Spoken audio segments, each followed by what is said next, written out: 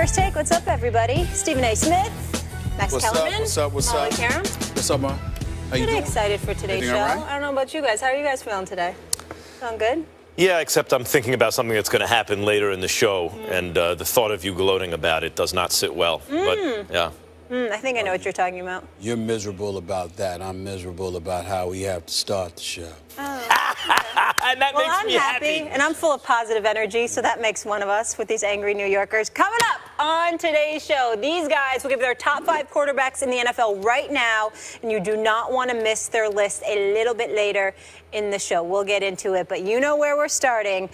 Timmy Tebow. Stephen A. A little Tebow time to get your morning started off right. In his first at-bat of his first instructional league game, Tebow crushed the first pitch he saw, a 91-mile-per-hour fastball to the opposite field for a home run, circling the bases with the quickness. Mr. Smith, how do you feel about it? How do you feel about Timmy getting the job done? This is unbelievable. First of all, let's be very, very clear. I'm very disgusted. Why? Because I can't escape him. I mean, it's unbelievable. I could not believe that he hit a home run on his first pitch in the instructional league. Can't make this up. I said, this cannot be happening to me. I said, it's right when I started my radio show. I was like, this cannot be happening to me. And everybody's like, what happened? What happened? I'm like, he just hit a home run. I can't believe this is true. I cannot believe it. You know, he couldn't throw a football, all right? He probably can't throw a damn baseball. He looks too puffed, too buff to be playing baseball as far as I'm concerned. You know what I'm saying? He does look a little fit. I'll give you that. A little. Yeah, Popeye, really? I mean, come on now. I just thought about all of that. Talking about future Hall of Famer right there. And then I said, if this boy this young man ends up really shining and elevating himself to the major leagues, it's going to be one of the greatest stories ever. But then he came back down to earth. No, I'm not getting nervous. Nervous. Mollywood, the man went 1 for 6. Oh. 1 for 6 in the instructional league, okay? Now, that's only one game, his first, okay? Hadn't played baseball since high school. You know, it just really disgusts me because he's experiencing a level of privilege that most people don't get to experience. I have nothing against Tebow personally. I'm not mad at him for taking the opportunity. It makes sense. I'm just saying, my goodness, as much as I've been going off about how he didn't deserve the opportunity, could you imagine what I felt at that moment when the first pitch he saw was a home run? I said, this cannot be happening to me. It cannot be happening.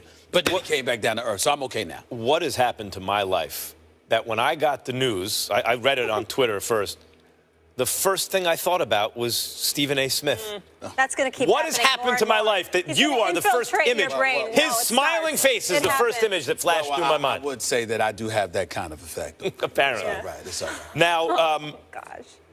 You said he can't throw a football. You neglected to mention he was able to throw a football for a pass for a touchdown against your Steelers in the playoffs. A dead clock is right twice a day. Really? Is he? Are we sure? Are we sure? Because you're in an instructional league? You know what? I mean, we don't know that. The instructional league is where prospects go. Yeah. You have former major leaguers rehabbing injury, working on stuff. A guy wants to refine a skill, whatever. But there are prospects. The pitcher he hit it off of was a product of Vanderbilt, not some Division II. You spoke at Vanderbilt.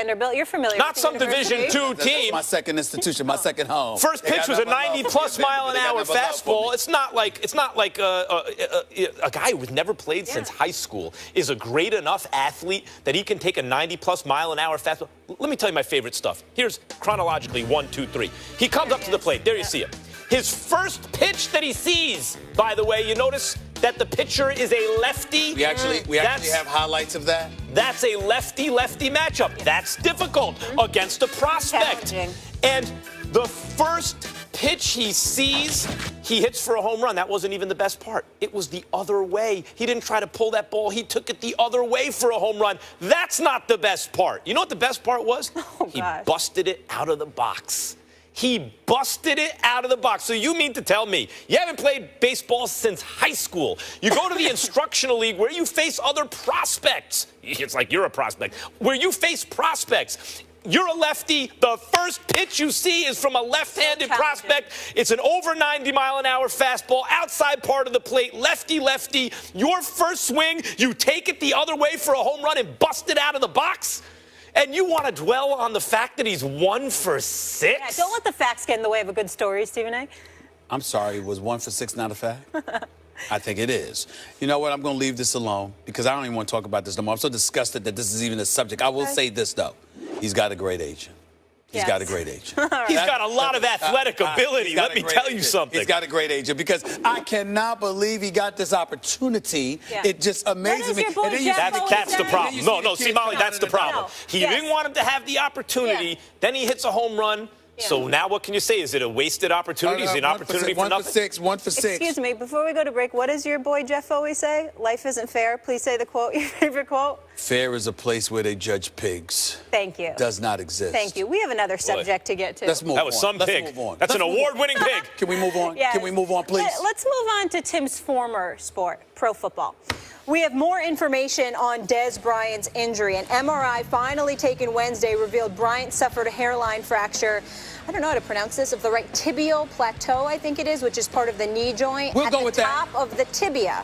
So according to the Dallas Morning News and confirmed by ESPN's Todd Archer, the delay in Bryant getting an MRI was because he was absent from Monday's required treatment for injured players and Tuesday's team meetings. He's supposed to be fine. The injury could sideline Bryant 0 to 3 weeks, and he won't need surgery, sources telling Adam Schefter and Ed Werder. Max, are the boys in trouble? They are. But I first want to talk about Dez Bryant, who's unfairly maligned in the past for, like, rooting on his teammates and stuff like that. Has always seemed to me to be an excellent teammate, not just a great player, a great receiver, when he's on the field. And so his behavior in the past, which was unfairly, I think, characterized as a negative influence on the team, where I don't know why anyone wouldn't want to have an attitude like that on their team, demonstrative but always in support of the team. I think you miss treatment, you miss a meeting, then the machine isn't working on a Wednesday, and there's always some issue. Sounds to me like he's avoiding a diagnosis. Now, why do you avoid a diagnosis if that diagnosis can keep you out for, let's say, 3 weeks? Because you want to get on the field. Dez Bryant seems to me to be the kind of guy who has drank the football Kool-Aid that says no matter what, get on the field. Yeah, but what if it's not good for your long-term health? What if it's not good for your career, etc.? He's trying to get on the field. That's what it looks like to me, absorbing fines, because that's the best way to get it done at this point. And what that tells me is that he thinks this is bad, or you wouldn't avoid a diagnosis. And if Dez Bryant, if Mike, this is pure conjecture, but if that proves to be the case, then Stephen A. Smith, the Cowboys are left at receiver with Coleman and Beasley, and an aging Jason Witten. Okay, they have a great offensive line, although La'el Collins is going to be out for a couple weeks at least with a toe. So that offensive line is going to be something less than it should be, something less than it normally is. Ezekiel Elliott carried the ball 30 times. Look, he had his first excellent game after 2 bad ones. He had his first excellent game. He averaged under 5 yards a carry, like 4.7 yards a carry, but carried the ball 30 times. He's carrying the ball just about as much as anyone in the NFL. How much more can you rely on that guy? Your receiving core is substandard. Dak Prescott is the real deal, but the real deal is a rookie. You still assume at some point they're going to get tape on you. They're going to start to game plan for you. They're going to start to take away the things that you do well and force you to do things you're less comfortable with. He is still a rookie. Dallas still doesn't have a defense. The Cowboys are in trouble. All signs point to trouble, and I think to last place in the NFC East by the time this season's over. Dak Prescott has completed 66.7% of his passes. He's completed 66 of 99 passes. 34 of them have gone to Cole Beasley and Jason Witten. So when I look at it from this perspective, it's not good not to have Dez Bryant in the lineup, but specifically when you have Romo. When you have Dak Prescott, because he's a rookie 4th-round pick, because they're being a relatively conservative in their approach with him and what have you, they're basically targeting the middle of the field. throwing in between the numbers. That's where he's completed a vast majority of his passes. So by virtue of that reality, I don't think Des Bryant is that devastating of a loss at this juncture. If Tony Romo was the quarterback, who likes to go deep, who can go deep, who doesn't mind throwing outside the numbers, being a gunslinger, taking charge or taking chances rather, then it would be different. It would be a devastating blow, even though Jason Witten was his favorite target and he always got the ball to Jason Witten. The fact of the matter is Cole Beasley has really, really emerged. He's a guy who took a lick last week against Chicago. I forgot who hit him. Oh, I mean, almost knocked him into tomorrow. That was a vicious hit.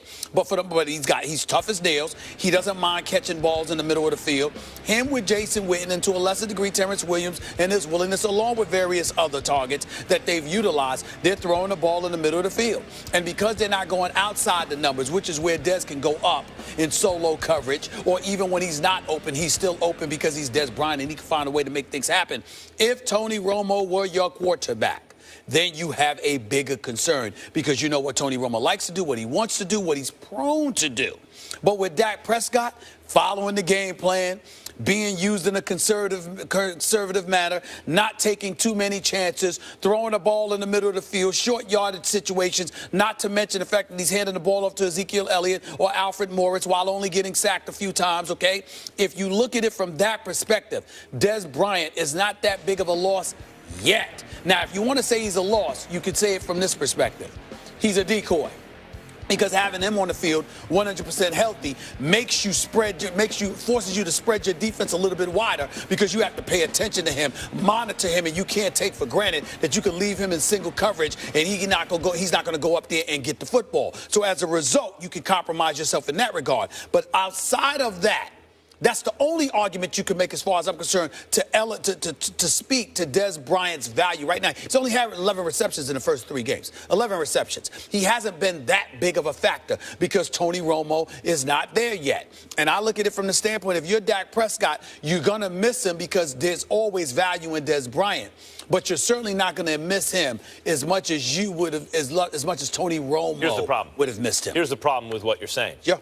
If Stephen A. Smith knows that's the game plan, you think, I'm looking at the schedule, okay, the 49ers, they could look good against the 49ers, but you think the Bengals, you think Marvin Lewis, you think the Eagles, you think Peterson and Schwartz, you think the Packers, they have a game, this season later on with the Steelers, you think Mike Tom, you think these head coaches and defensive coordinators don't know what the game plan is?